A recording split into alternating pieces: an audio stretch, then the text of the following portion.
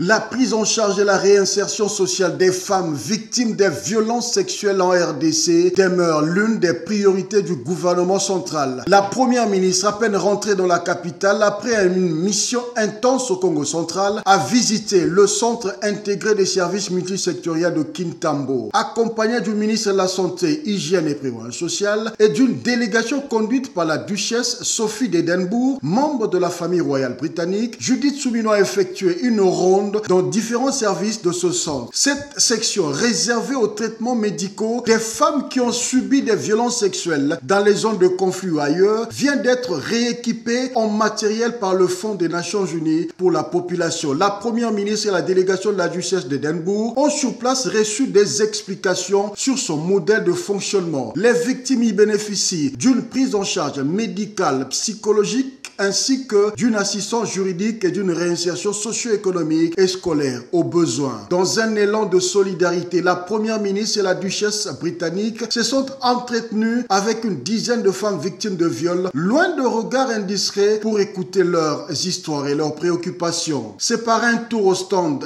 d'exposition des œuvres des femmes réinsérées par le centre multisectoriel de Kintambo que la première ministre et la délégation de la duchesse d'Édimbourg ont clôturé cette visite. Dans ces stands sont exposés des sacs, des bracelets, des bandeaux de tête, des yaourts, des paquets de bananes plantées en chips et légumes variés, produits de main de ces femmes résilientes, preuve de leur savoir-faire et de leur détermination à se reconstruire et à continuer à vivre malgré tous les traumatismes subis.